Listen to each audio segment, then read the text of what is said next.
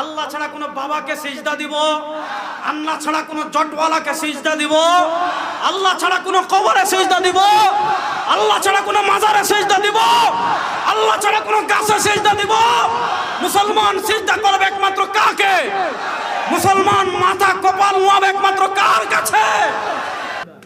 বলেন নবীগণ কবরে, জোরে বলেন নবীগণ কবরে।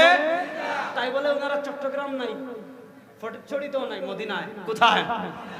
ভালো করে বুঝেন। এই আলোচনায় আমি যাব না। এই টপিকের উপর ইউটিউবে আমার লেকচার আছে, শুনবেন। হায়াতুল আম্বিয়ার উপর আমার লেকচার আছে, শুনবেন। সেদিকে আমি যাচ্ছি না, কারণ সেদিকে গেলে আলোচনা চলে যাবে আরেক দিকে। শুনেন, নবী করিম সাল্লাল্লাহু আলাইহি ওয়াসাল্লামকে যে জায়গায় দাফন করা হয়েছে সেটাকে আমরা বলি রওজা। মদিনা নবী করিম সাল্লাল্লাহু আলাইহি ওয়াসাল্লামের রওজা।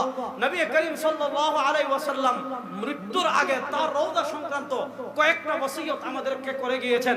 এর ভিতরে